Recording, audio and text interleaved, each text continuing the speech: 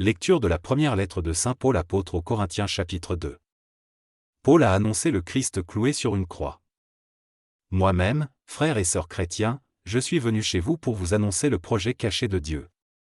Mais je ne l'ai pas fait avec des paroles compliquées ni avec des connaissances extraordinaires. En effet, au milieu de vous, je n'ai rien voulu savoir, sinon Jésus-Christ et Jésus-Christ cloué sur une croix. Moi-même, devant vous, j'ai été faible, j'avais peur, je tremblais. Ma parole et mon enseignement n'avaient rien à voir avec les discours convaincants de la sagesse humaine. Mais c'est la puissance de l'Esprit Saint qui apparaissait clairement dans ce que je disais.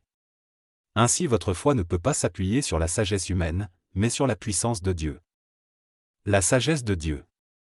Pourtant, c'est bien une sagesse que nous enseignons aux chrétiens adultes dans la foi. Mais cette sagesse n'est pas la sagesse de ce monde. Ce n'est pas la sagesse des puissances mauvaises de ce monde, qui seront détruites. Nous enseignons la sagesse mystérieuse de Dieu qui était restée cachée. Mais avant que le monde existe, Dieu avait préparé cette sagesse pour nous donner de la gloire. Aucune puissance mauvaise de ce monde n'a connu cette sagesse. Si ces puissances l'avaient connue, elles n'auraient pas fait clouer sur une croix le Seigneur plein de gloire.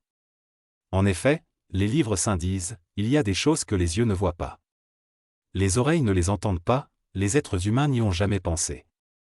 Eh bien, ces choses-là, Dieu les a préparées en faveur de ceux qui ont de l'amour pour lui.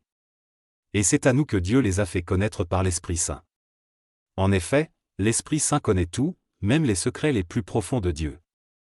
Les secrets d'une personne humaine, qui les connaît? Personne, sauf l'esprit humain qui est en elle. De même les secrets de Dieu, qui les connaît? Personne, sauf l'Esprit de Dieu. Nous n'avons pas reçu l'Esprit du monde, nous avons reçu l'Esprit qui vient de Dieu. Alors nous pouvons reconnaître les dons que Dieu nous a faits. Nous ne parlons pas de ces dons avec les mots que la sagesse humaine enseigne, nous en parlons avec les mots que l'Esprit de Dieu nous enseigne. Ainsi nous expliquons les choses de l'Esprit de Dieu avec les mots qui viennent de cet Esprit. Celui qui pense seulement de manière humaine n'accepte pas ce qui vient de l'Esprit de Dieu. Pour lui, c'est une folie, et il ne peut pas comprendre cela. Oui, c'est seulement l'Esprit Saint qui permet de bien juger ces choses.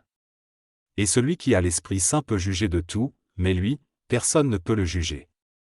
Les livres saints disent, qui connaît la pensée du Seigneur? Qui peut lui donner des conseils?